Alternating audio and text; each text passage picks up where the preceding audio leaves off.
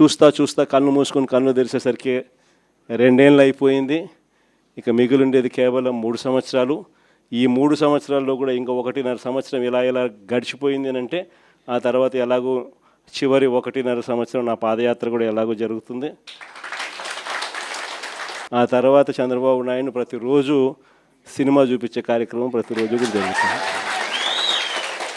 కాబట్టి చంద్రబాబు నాయుడు గారు చేసే ఈ రెడ్ బుక్ పాలనైనా, చంద్రబాబు నాయుడు చేసే ఈ అన్యాయాలైనా ఇక టైం దగ్గరకు వచ్చింది.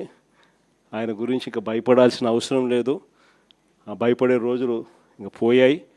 ఇక నుంచి చంద్రబాబు నాయుడిని గట్టిగా నిలదీసే కార్యక్రమాలకు శ్రీకారం చుట్టవలసిన రోజులు దగ్గరకు వచ్చినాయని మీ అందరికీ కూడా ఈ సందర్భంగా విన్నవిస్తాను. చూస్తా చూస్తా కన్ను మూసుకొని కన్ను తెరిచేసరికి 2 ఏళ్ళు అయిపోయింది. ఇక మిగిలిండేది కేవలం 3 సంవత్సరాలు. ఈ 3 సంవత్సరాల్లో కూడా ఇంకా 1.5 సంవత్సరం ఇలా గడిచిపోయింది అని అంటే ఆ తర్వాత ఎలాగో చివరి 1.5 సంవత్సరం నా పాదయాత్ర కూడా ఎలాగో జరుగుతుంది. ఆ తర్వాత చంద్రబాబు నాయుడు ప్రతిరోజు సినిమా చూపించే కార్యక్రమం ప్రతిరోజు కూడా జరుగుతుంది.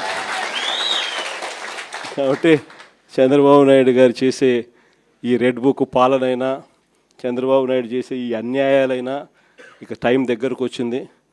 ఆయన గురించి ఇక భయపడాల్సిన అవసరం లేదు. ఆ భయపడే రోజులు ఇంక పోయాయి.